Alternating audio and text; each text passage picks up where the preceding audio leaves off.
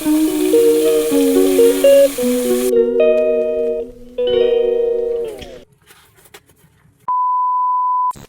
হঠাৎ করেই মনে হলো অনেক দিনের চেনা স্বাদটাকে আবার নতুন করে ছুঁয়ে দেখি। তাই আজ ঘরে নিয়ে এলাম খোকা ইলিশ। এই ইলিশটা শুধু মাছ নয়, এই ইলিশে লুকিয়ে আছে নদীর গন্ধ, বিকেলের হাওয়া আর পুরনো দিনের অনেক স্মৃতি।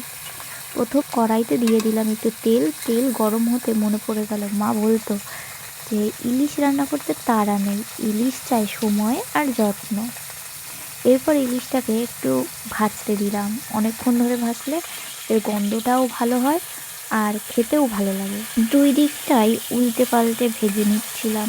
একটু লাল লাল করে ভাজবো যাতে স্বাদে গন্ধে মই মই করে। এরপর সবগুলোই উল্টে পাল্টে দিচ্ছিলাম। এর আবার ডিমও ছিল কিছুটা।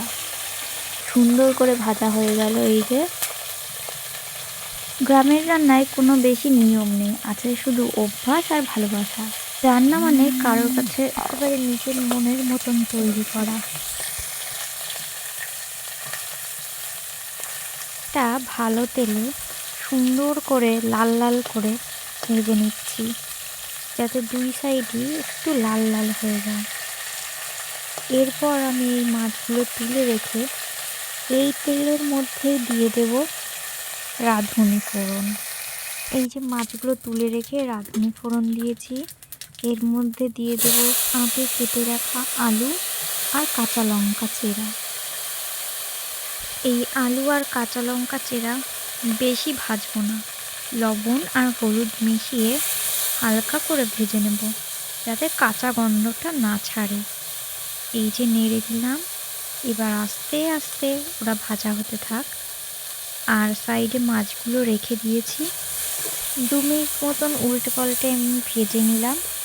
আর তারপরে এর মধ্যে দিয়ে দেব জল। জল দিয়ে একটু নাড়িয়ে দেব, সব আলু যাতে ছাড়িয়ে ছাড়িয়ে যায়।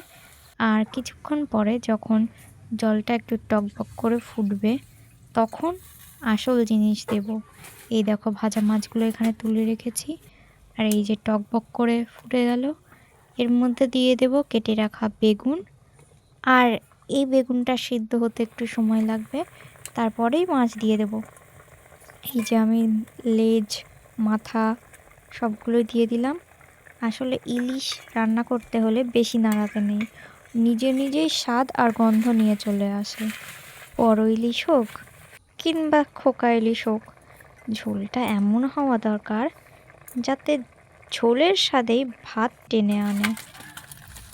রান্নাটা কমপ্লিট হয়ে গেল। আজকের এই ইলিশ শুধু খাওয়ার জন্যই না, আজকের এই ইলিশ মনকে একটু শান্তি দেওয়া।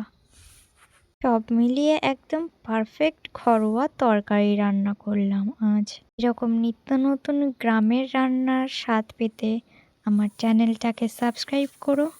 আর ভালো লাগলে লাইক, কমেন্ট, শেয়ার আর সাবস্ক্রাইব করতে ভুলো না। আজকের মতো এইটুকুই। টাটা।